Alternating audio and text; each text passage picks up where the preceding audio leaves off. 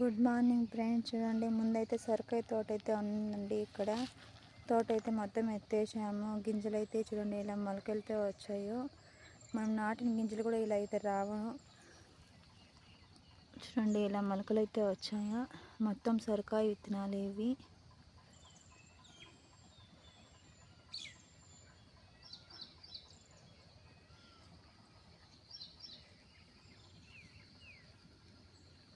మేము బంతిపూలు నాటైతే ఒక 15 రోజులు అయితే అవుతుందండి. మొత్తం చూడండి ఏమో చిగురుల కొనాలు అయితే ఏమో కొరికేసాయి. ఈ చుట్టుపక్కల నెమళ్ళు అయితే ఉన్నాయి, అవి నాకు కొరికేసాయేమో తెలీదు. మా అమ్మ అయితే ఈ పొలం చుట్టూ విత్తనాలు అయితే నాటుతుంది, కూరగాయ విత్తనాలు.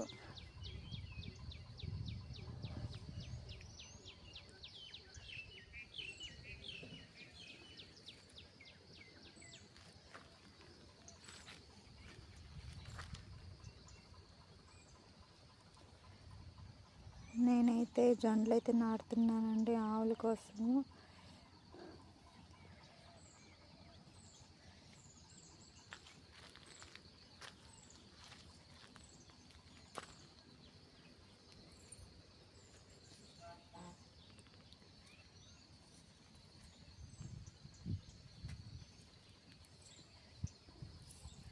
Bye friends.